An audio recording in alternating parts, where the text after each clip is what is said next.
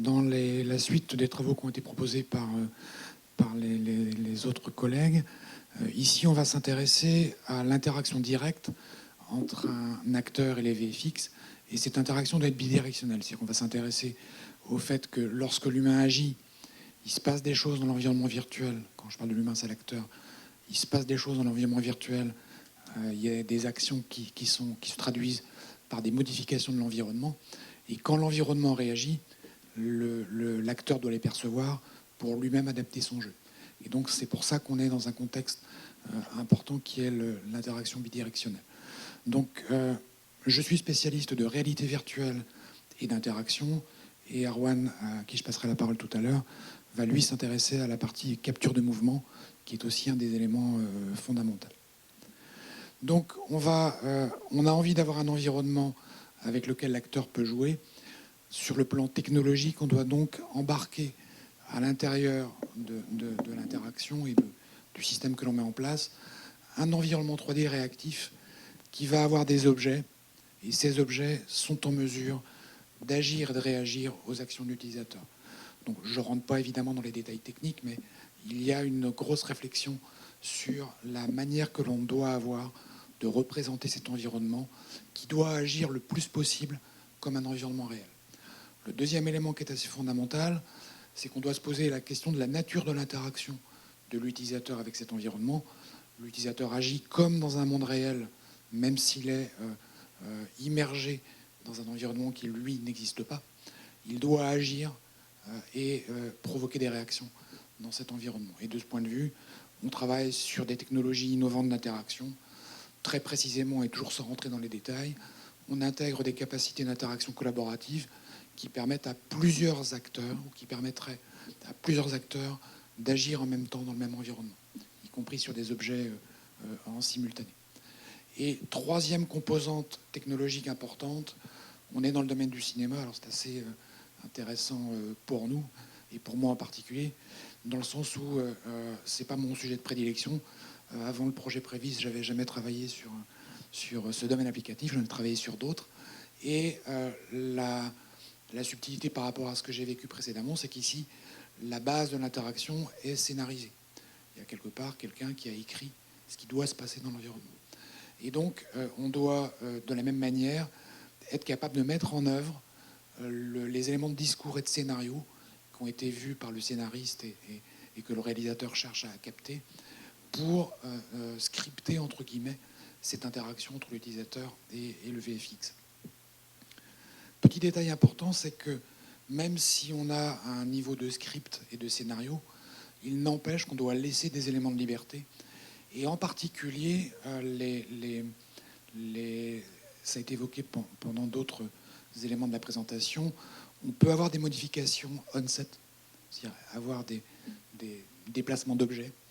Et on doit faire en sorte qu'il y ait une synchronisation temporelle entre le jeu de l'acteur et les déclenchements des VFX. Et en particulier, tout ne peut pas être entièrement prédéfini au millimètre ou à la milliseconde près.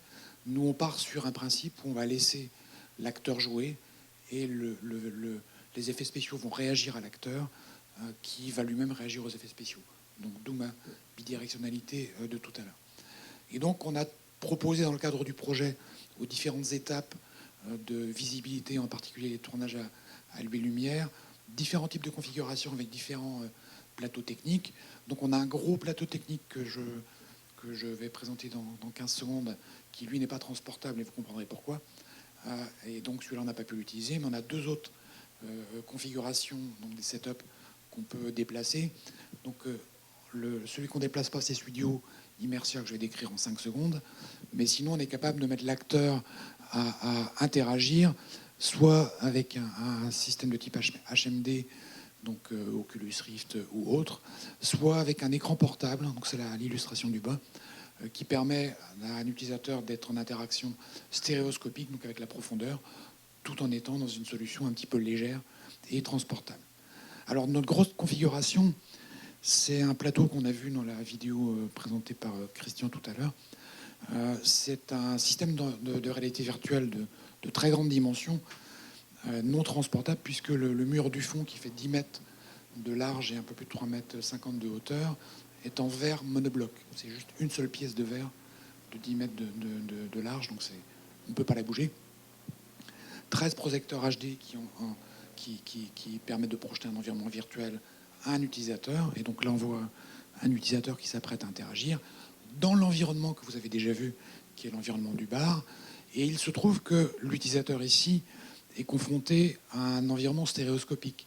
C'est-à-dire qu'en fait, il a la perception de la profondeur et les objets sont en 3D devant lui de manière quasi naturelle, comme s'ils existaient au détail près que physiquement, ils ne sont pas là. Et donc, on va mettre l'acteur à jouer dans cet environnement de manière à expérimenter l'environnement virtuel de la scène. Et on s'est évidemment posé une question que personnellement je trouve intéressante.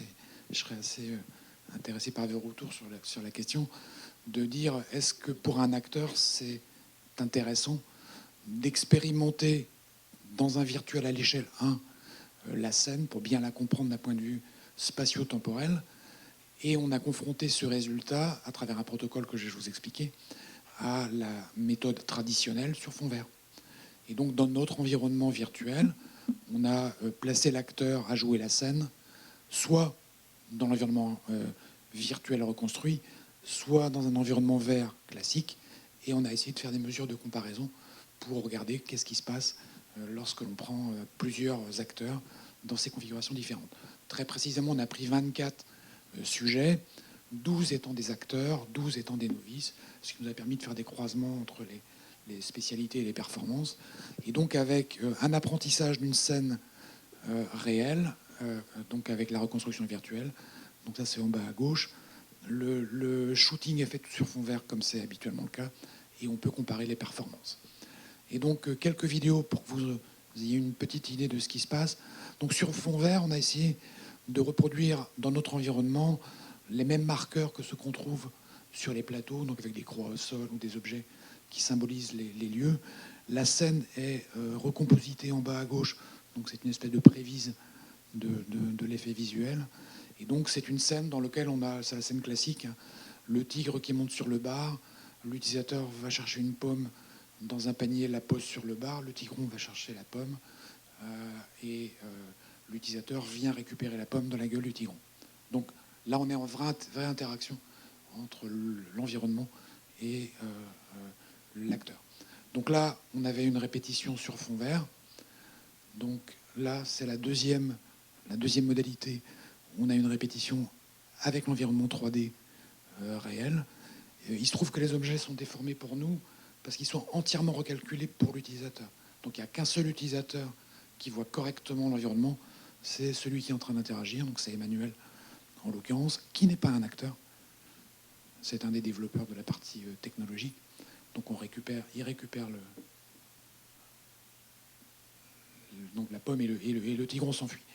Et là, juste pour vous montrer, donc version recompositée ultra rapide, mais avec un acteur, et on va voir l'acteur va jouer et va avoir un jeu avec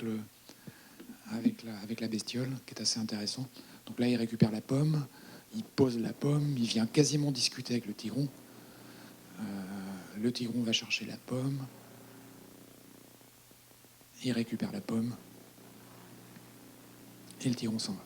Et donc on a comment dirais-je, eu des réactions assez intéressantes d'acteurs confrontés virtuellement à cet environnement réactif et qui jouaient, se prenaient au jeu de la question-réponse avec l'environnement. Et donc on a fait, à travers des tas d'analyses de distance, de synchronisation temporelle, distance spatiale ou temporelle, pas mal d'analyses statistiques sur nos 24 sujets. Et on a deux résultats qui sont, me semble-t-il, assez majeurs. Le premier, c'est que sur la performance de répétition, la performance en réalité virtuelle donne une qualité qui est de même ordre que ce qui était fait sur fond vert avec les marqueurs. Donc on a un apprentissage qui est de même nature en termes de qualité, de synchronisation, lorsqu'on fait le shooting sur fond vert final.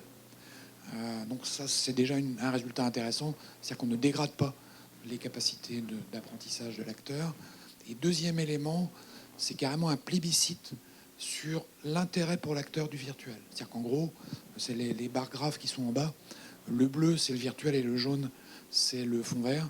Et donc, de manière quasi unanime, les acteurs préfèrent la répétition sur fond vert, tout simplement parce que ça leur permet d'avoir une bonne vision globale d'ensemble. Oui, sur virtuel, pardon. Ils préfèrent le virtuel. Bonne situation d'ensemble, très bonne synchronisation, bonne perception des distances, et donc meilleure compréhension globale de ce qu'ils ont à faire dans l'environnement. Et donc ça, c'est un élément extrêmement important en ce qui concerne nos travaux. Donc tout ça est en cours de publication, et j'espère que ça fera des très jolis papiers. Dernier point, évidemment, là, dans les expérimentations qu'on a fait, on n'est pas sur des captures sans marqueur. C'est des captures optiques, mais à partir de réflecteurs infrarouges. Et donc, il y a un enjeu important pour développer ce qu'on a travaillé, qui est un peu exploratoire, c'est d'aller regarder comment on peut capter l'activité de l'acteur sans ingérence dans la capture, et donc en particulier sans marqueur, pour qu'il puisse absolument être libre de toutes ses actions. Et ça, c'est Erwan.